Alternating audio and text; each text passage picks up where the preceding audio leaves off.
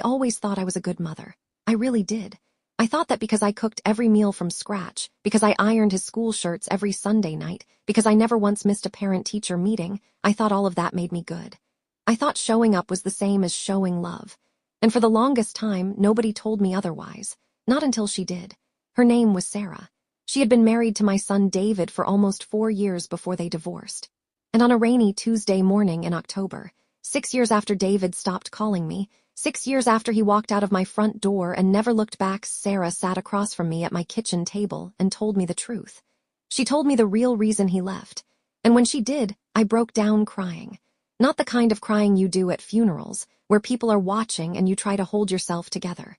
No. This was the kind of crying that comes from somewhere so deep inside your chest that you didn't even know it was there.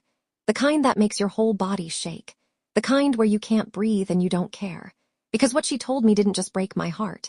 It shattered the story I had been telling myself for years.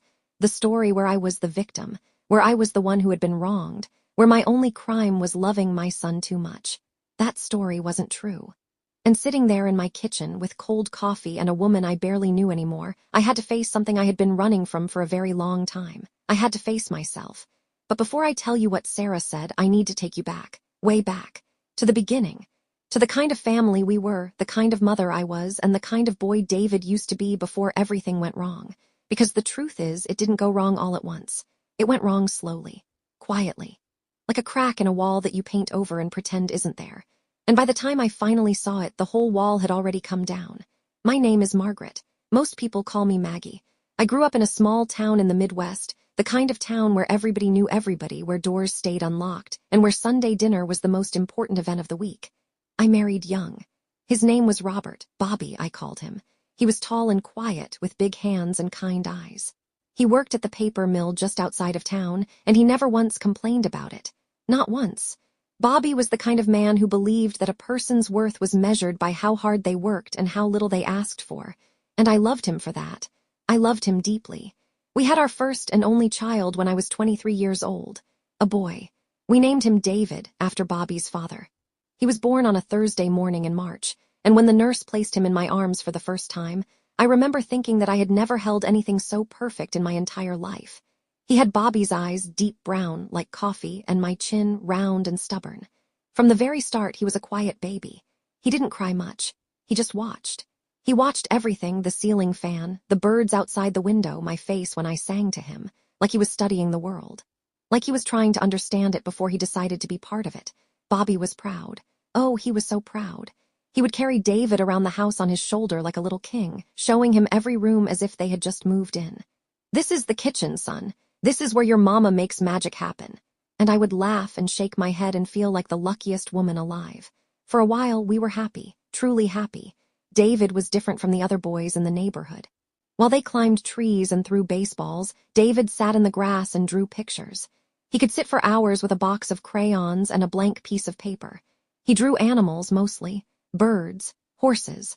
Once he drew a picture of me standing at the kitchen sink, and it was so good that I taped it to the refrigerator and kept it there for years.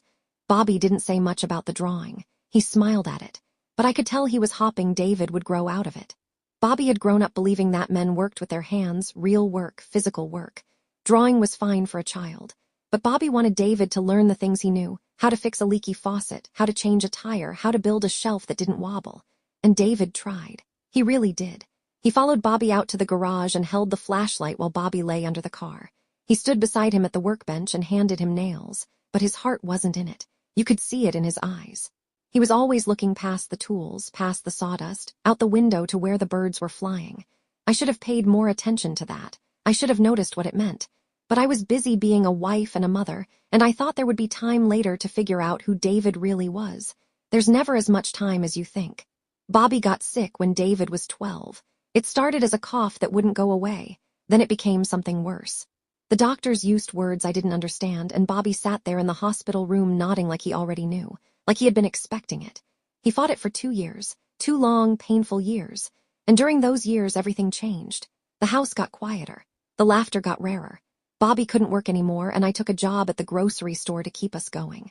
David started doing things around the house without being asked, mowing the lawn, taking out the trash, making his own breakfast.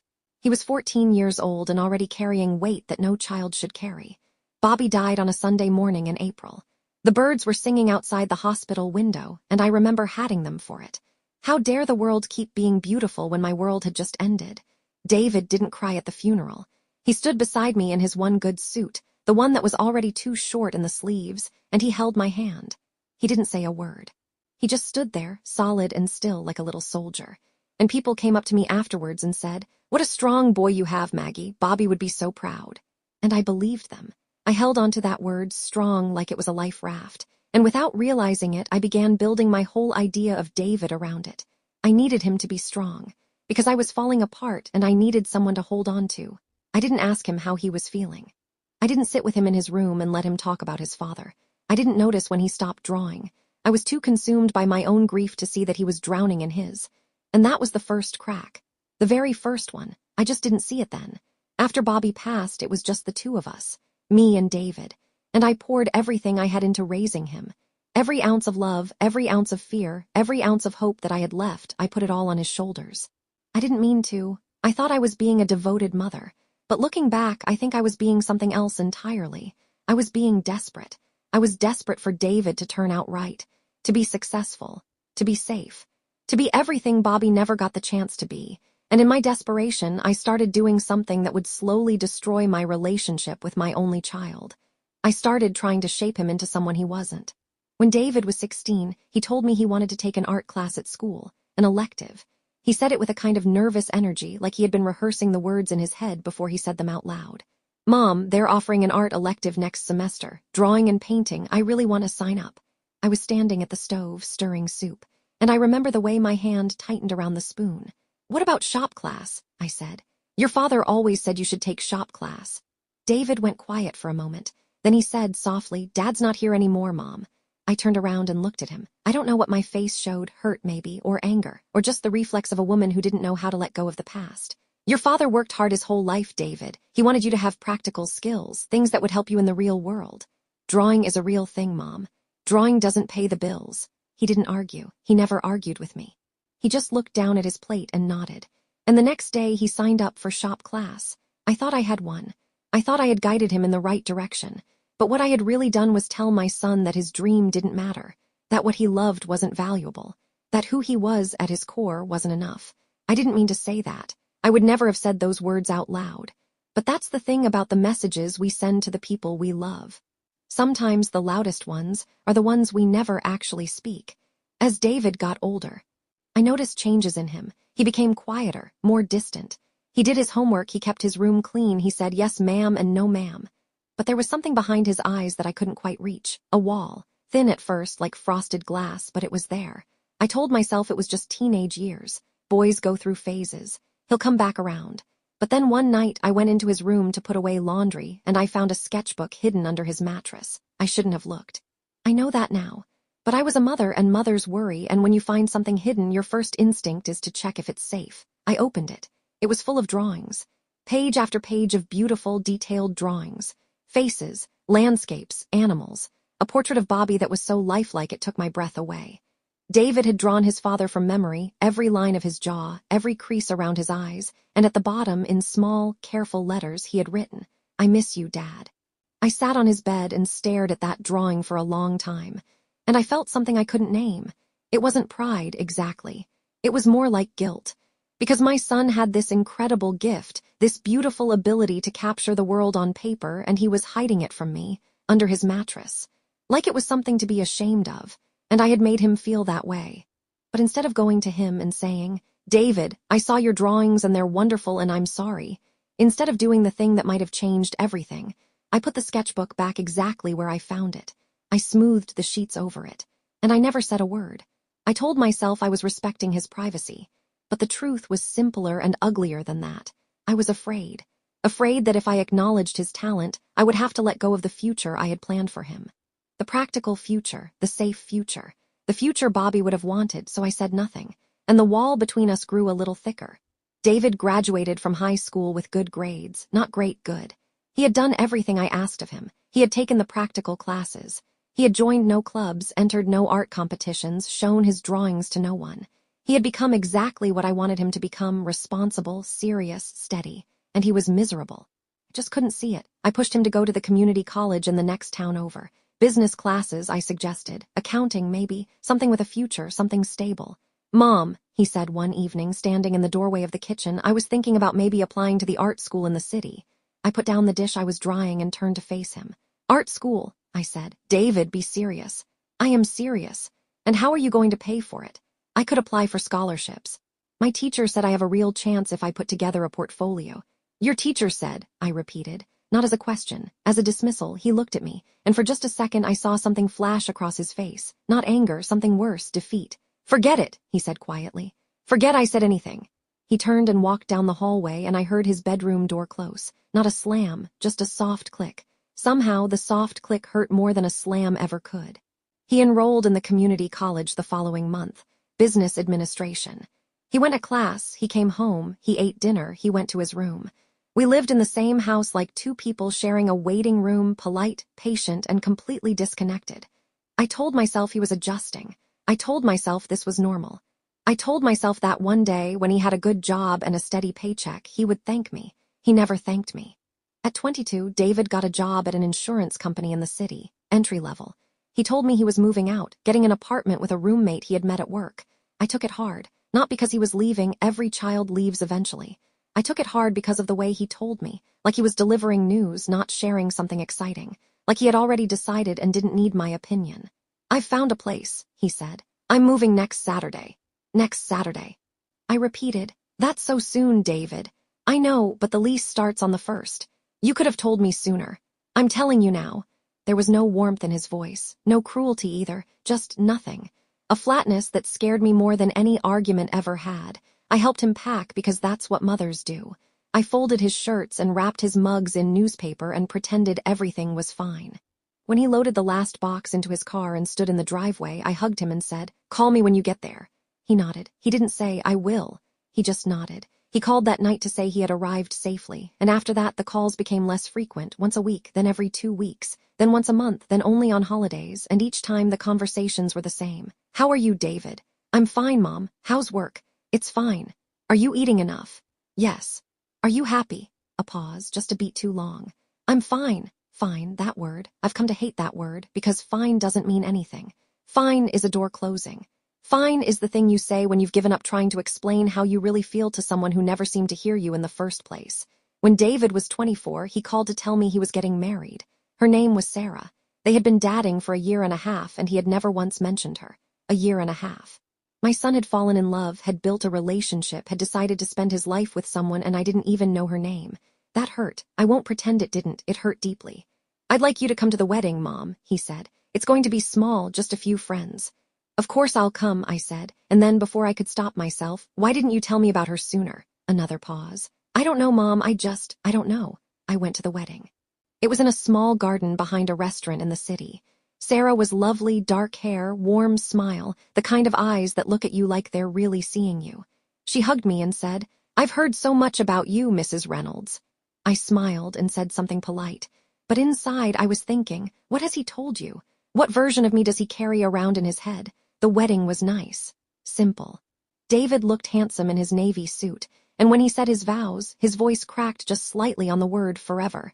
And I saw the boy I used to know, the sensitive boy who drew birds and hid his sketchbook under his mattress. I wanted to reach out to him. I wanted to say, "I'm proud of you, David. I'm proud of the man you've become." But the words stuck in my throat, and instead I just smiled from my seat and clapped with everyone else. After the wedding, I saw David and Sarah maybe 3 or 4 times a year. Holidays, mostly. The visits were always short and polite. Sarah tried hard. She asked me about my garden, my neighbors, my health. She brought dessert and helped with the dishes. She was warm and kind, and I could see why David loved her. But David himself was always just a little bit out of reach. He was there, physically. He sat at the table and ate the food and answered my questions. But he was behind that wall again, the frosted glass wall, and no matter what I said or did, I couldn't get through it. I started making comments. Small ones. I didn't even realize I was doing it at first. "Bobby would have loved to see you settle down," I'd say. Or, "Your father always said a man should be handy around the house. Have you fixed that leaky faucet yet?" Or, "Bobby never complained about his job. He just put his head down and did the work." I wasn't trying to hurt David. I was trying to connect him to his father, to keep Bobby's memory alive, to remind David of where he came from. But that's not what David heard. What David heard every single time was, "You're not enough. You're not like your father. You're not the man he was." And one evening, during a Thanksgiving visit, something broke. We were sitting at the dining table, me, David, and Sarah. I had made Bobby's favorite meal, roast chicken with garlic potatoes and green beans. I had even set Bobby's old place at the table with his coffee mug beside the plate, the way I always did on holidays. David stared at the empty place setting for a long moment.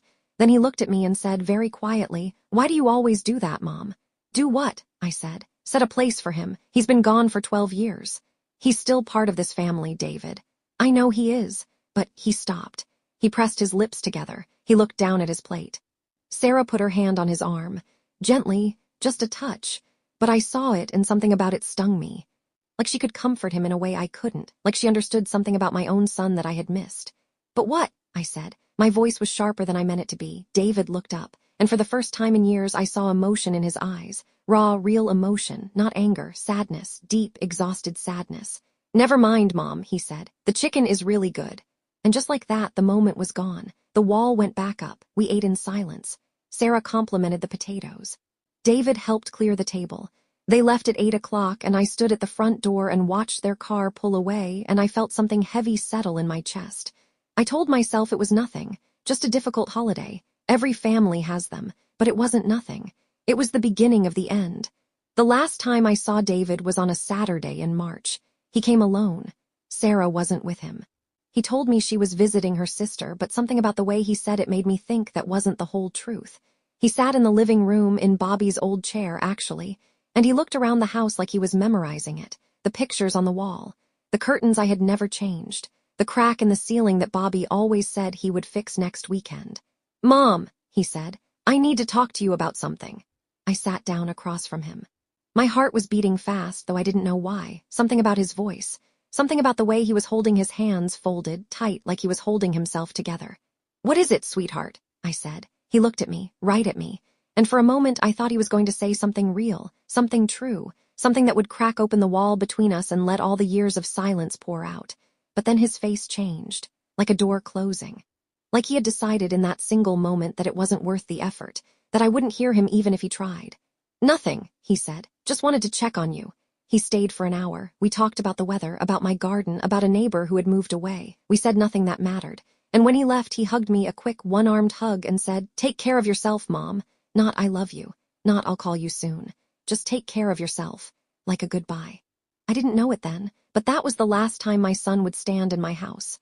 The first year I told myself he was busy. New job, marriage, life, people get busy. The second year I started to worry. I called and left messages. "David, it's Mom, just checking in, call me when you can." The messages went unanswered. I tried his work number once. A receptionist told me he no longer worked there. She couldn't say more. The third year I got scared. I drove to the city and went to the apartment where he and Sarah had lived. A stranger answered the door. "They moved," the man said. "About a year ago, don't know where." My son had moved, and he hadn't told me. I stood in that hallway, a dingy, narrow hallway that smelled like carpet cleaner, and I felt the floor tilt beneath me. My son didn't want me to know where he lived. My own child had erased himself from my life without even saying goodbye. I drove home in silence. No radio. No music. Just the sound of the road under my tires and the sound of my own breathing, which seemed too loud, too harsh in the quiet of the car. I didn't cry. I was too stunned to cry. Crying would have meant accepting it, and I wasn't ready for that. The fourth year I got angry. Not at David, not yet. At myself. I started replaying every conversation, every holiday, every phone call, trying to find the moment where it all went wrong. Was it the art class? Was it the wedding? Was it Thanksgiving? Was it something I said, something I didn't say, something I should have done differently? I couldn't figure it out. Because in my memory, I had been a good mother, a devoted mother. I had sacrificed and worked and given everything I had. How could that not be enough? The fifth year, I went quiet. I stopped calling. I stopped driving to the city. I stopped asking neighbors if they had heard anything. I accepted or tried to accept that my son was gone. That he had chosen a life without me in it, and I had no idea why. People in town felt sorry for me. I could see it in their eyes at the grocery store, at church, at the post office. They didn't say it directly, but I heard it in their careful words. "How are you holding up, Maggie? We're thinking of you, Maggie. You know, children these days, they get so busy." I smiled at all of them. I said, "I'm fine." That word again, that terrible, empty word. And then in the 6th year, Sarah came. I didn't recognize her at first. It had been years, and grief changes a person's face, and so does time. But when she said, "Hi, Mrs. Reynolds, it's Sarah," something inside me broke open like a dam. "Sarah," I whispered. "Oh, Sarah." I pulled her inside before she could say another word. I held her hands and looked at her face and searched it for clues about David, about what had happened, about everything I didn't know and was terrified to ask. She looked tired. Not in the way that sleep can fix, but in a deeper way. Like she had been carrying something heavy for a long time and had finally decided to set it down. "Can I sit down?" she asked. Of course, come in, let me make coffee." I made coffee because that's what you do when you don't know what else to do. You boil water and measure grounds and pretend that the ritual of making a simple cup of coffee can hold back the flood that's coming. We sat at the kitchen table. The same table where I had served Bobby's roast chicken. The same table where David had once drawn pictures with crayons while I cooked dinner. The same table where I had sat alone for 6 years, eating meals meant for one, pretending the silence didn't bother me. Sarah wrapped her hands around the mug and stared into it for a long time. I watched her and waited. I could feel my heart pounding in my chest, in my ears, in my fingertips. "Mrs. Reynolds," she said finally, "David and I are divorced. Have been for about 3 years now." I nodded slowly. I had suspected something like that. "I'm sorry," I said. "Thank you, it was hard for both of us, but it was the right thing." She looked up at me. "He's okay, I want you to know that first. He's alive and he's okay." The relief hit me so hard I almost couldn't breathe. Alive. My boy was alive. All those nights I had lain awake imagining the worst. Accidents, illness, things I couldn't bear to put into words, and he was alive. "Where is he?" I asked. "He's in Portland, Oregon. Mrs. Reynolds, he's an artist." I blinked. "An artist?" "Yes, he paints. He has a small studio and he teaches art classes at a community center. He's not rich, but he's different than the man I married. He's softer, more open. He smiles more." I felt something twist inside me. A knot of emotions so tangled I couldn't separate them, relief, jealousy, sadness, pride, regret, all of it at once. "Why are you here, Sarah?" I asked, not unkindly, but I needed to know. She set down her coffee mug. She looked at me with those clear, honest eyes, the same eyes that had looked at David with such tenderness on their wedding day, and she said, "Because he won't come himself, and because you deserve to know the truth." "The truth about what?" "About why he left." My mouth went dry. I had waited 6 years for this moment. 6 years of wondering, guessing, agonizing in the dark. And now it was here, sitting across from me in the body of a woman who had once been my daughter-in-law, and I was terrified. "Tell me," I said. My voice didn't sound like my own. Sarah took a deep breath. "Mrs. Reynolds, David loved you. He still loves you. I need you to understand that before I say anything else." "Okay," I whispered. But he couldn't stay. He couldn't keep coming home and sitting at that table and pretending everything was fine, because it wasn't fine. It hadn't been fine for a very long time. "What do you mean?" Sarah's eyes grew soft, compassionate, like she knew what she was about to say would cause pain and she wished there were a gentler way to say it. "David felt invisible around you, Mrs. Reynolds. Not unloved, invisible. Like you were looking right through him, past him, to someone else, to his father." The room went very still. I could hear the clock on the wall ticking. I could hear the rain on the roof. I could hear my own heartbeat, slow and heavy, like a drum underwater. "Every conversation you had with him," Sarah continued, "every visit, every phone call, it always came back to Bobby. What Bobby would have wanted, what Bobby would have done. How Bobby worked hard and never complained. David felt like he was living in his father's shadow, and no matter what he did, he could never step out of it." I opened my mouth to speak, but no words came out. "He told me once," Sarah said, her voice dropping to almost a whisper, "that he felt like you didn't lose one person when Bobby died. You lost 2. Because from that day forward, you stopped seeing David as David. You only saw him as the son who should have been more like his father." I stared at her. The words hit me like physical blows, not hard and sharp, but slow and deep, like stones sinking into water. "And the art, Mrs. Reynolds. The drawing, the painting, that was the deepest part of who he was. That was his soul. And every time you dismissed it, every time you steered him towards something practical, every time you told him that drawing doesn't pay the bills, he heard you saying that his soul wasn't worth anything." A sound escaped my throat. Not a word, just a sound, like something breaking. "He didn't leave because he stopped loving you," Sarah said. "He left because staying was killing him. He was disappearing. Every time he sat at that table and looked at his father's empty place setting, every time you compared him to a dead man he could never live up to, a little piece of him died. And eventually there was nothing left." She reached across the table and took my hand. Her grip was warm and firm. "He tried to tell you, Mrs. Reynolds. That last visit, the Saturday in March, he came to your house to say all of this, to finally be honest with you." But when the moment came, he looked at your face and he couldn't do it. He said he saw how much you were already hurting and he couldn't bear to add more pain to it, so he left instead. And then he just kept leaving. And that was when I broke, not gracefully, not quietly. I broke the way old things break, suddenly and completely, with a sound that surprises even you. I put my head down on that kitchen table and I sobbed. Deep, shaking sobs that came from somewhere so far inside me that I didn't know the place existed. I cried for David, for the boy who drew birds and hid his heart under his mattress. I cried for Bobby, for the man I loved so much that I couldn't let him go, even in death, even when holding on was crushing the person standing right in front of me. And I cried for myself, for the mother I thought I was, and the mother I actually was, and the enormous, heartbreaking distance between the two. Sarah didn't let go of my hand. She sat with me through all of it. She didn't shush me. She didn't tell me it was okay. She just sat there, holding on, the way someone does when they know that the only kindness they can offer is their presence. I don't know how long I cried. It felt like hours. It felt like years. It felt like every tear I should have shed since the day Bobby died was finally finding its way out of me, all at once, in a flood I couldn't stop and didn't want to. When I finally lifted my head, my face was swollen and my eyes burned and the kitchen looked blurry through the tears that hadn't fallen yet. I didn't know, I said. My voice was raw, scratched. Sarah, I didn't know. I know you didn't, she said gently. That's why I came. Sarah stayed for 3 hours that morning. 3 hours that changed the shape of my entire life. After I cried, after the worst of it passed, we sat together and she told me more, not to hurt me, but because she believed that the truth, even when it's painful, is the beginning of healing. And she was right.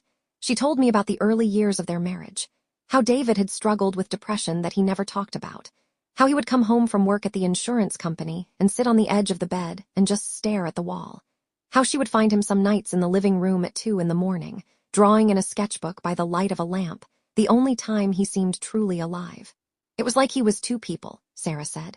The person the world saw, the responsible one, the practical one, the one who did what he was supposed to do, and the person he really was. The artist, the dreamer, the boy who drew birds. She told me how, after 2 years of marriage, David had a kind of breakdown, not the dramatic kind you see in movies, the quiet kind, the kind where a person simply stops being able to pretend anymore. He couldn't get out of bed one morning, then 2 mornings, then a week. And when Sarah finally convinced him to see someone, a counselor, the counselor helped him unpack years and years of buried pain. Pain that led back to me. The counselor didn't blame you, Mrs. Reynolds, Sarah said carefully. And neither does David, not really. But the counselor helped him see that he had spent his entire life trying to be someone he wasn't, and that the pressure, the constant, invisible pressure, had come from you, from your grief, from your inability to let Bobby go. From the way you made David feel that his only value was in how closely he resembled his father. I listened to every word. I didn't interrupt. I didn't defend myself. Because I knew, somewhere deep in my bones, in the place where mothers know things they don't want to admit, I knew she was telling the truth. I had loved my son, but I had loved him wrong. I had loved him the way I needed to, not the way he needed me to. I had held on to Bobby so tightly that I had squeezed the life out of David. I had turned my son into a memorial for his father, and in doing so, I had erased the very thing that made him who he was. What do I do now? I asked Sarah. It came out small, like a child asking for help. She looked at me with so much kindness that it almost made me cry again. You could write to him, she said. A letter, not a text, not a phone call, a letter, something he can hold. Something he can read when he's ready. Would he read it? I think so. I think he's been waiting for it, even if he doesn't know it yet. She gave me his address in Portland. She wrote it on a napkin in neat, careful handwriting, and I folded that napkin and held it in my hand like it was the most precious thing in the world. Before she left, Sarah hugged me. A real hug. The kind where you hold on a moment longer than you need to because you know this goodbye matters. He's a good man, Mrs. Reynolds, she said at the door. You raised a good man, he just needs to hear you say that. I nodded. I couldn't speak, but I nodded. She walked to her car and I watched her drive away through the rain-washed streets, and then I was alone again. But the aloneness felt different now. Before, it had been a prison. Now it felt more like a starting place. I wrote the letter that night. Actually, that's not true. I wrote many letters that night, dozens of them. I would start writing and then stop because the words weren't right. I would crumple the paper and start again. I filled my wastebasket with failed attempts, letters that were too long, too short, too sorry, not sorry enough. Because how do you apologize for something you didn't even know you were doing? How do you say, I'm sorry, for the kind of harm that doesn't leave bruises, that doesn't make a sound, that happens so slowly and so quietly that neither of you realizes it until the damage is already done. I sat at that desk until 3 in the morning, and finally, when the house was completely still and the moon was high and white outside the window, I wrote the letter I was meant to write. It wasn't long. It wasn't perfect. But it was true. I told him I was sorry, not for any one thing but for all of it, for dismissing his art, for comparing him to Bobby, for setting an empty place at the table year after year and never realizing that every time I did, I was telling David that the ghost of his father mattered more than the living, breathing son sitting right in front of me. I told him about finding his sketchbook under the mattress. I told him about the drawing of Bobby, how lifelike it was, how talented he was, how I should have said something then and didn't, and how that silence was one of the greatest regrets of my life. I told him I was proud of him, that I had always been proud of him, even when I didn't say it, even when I showed it in all the wrong ways. I told him that Sarah had come to see me, and that she had told me the truth, and that the truth had broken me, but in the way that bones break before they heal stronger. And at the very end, I wrote 3 sentences that I should have said 1,000 times before. You are not your father. You were never supposed to be. You were only ever supposed to be David, and David was always enough. I sealed the letter. I wrote his address on the envelope, the address from the napkin. I put a stamp on it, and the next morning, before I could lose my nerve, I walked to the post office and mailed it. Then I went home and waited. The waiting was hard. Harder than the crying, harder than the truth, harder than anything. I checked the mailbox every day, sometimes twice a day. I know that sounds silly, a woman my age walking to the end of her driveway like a child waiting for a birthday card. But that mailbox became my whole world. Every morning I would walk down the gravel path, open the little metal door and look inside. And every morning it was empty. 1 week, 2 weeks, 3. I started to lose hope. I started to think that maybe the letter hadn't reached him, or that it had and he had thrown it away without reading it. I started to think that maybe some mistakes are too big to fix, that some distances are too far to cross, that I had waited too long and lost him forever. But I kept checking. Because what else could I do? On the 23rd day, I opened the mailbox and there was something inside. A small envelope, handwritten, no return address. My hands were shaking so badly I could barely open it. I stood right there at the end of the driveway in my bathrobe and slippers, and I tore open the envelope like my life depended on it.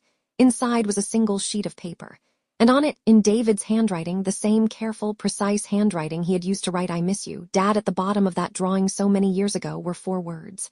I got your letter, that was it. 4 words. No, I forgive you. No, I love you. No, let's talk. Just, I got your letter. And you might think that would be disappointing. You might think 4 words aren't enough after 6 years of silence.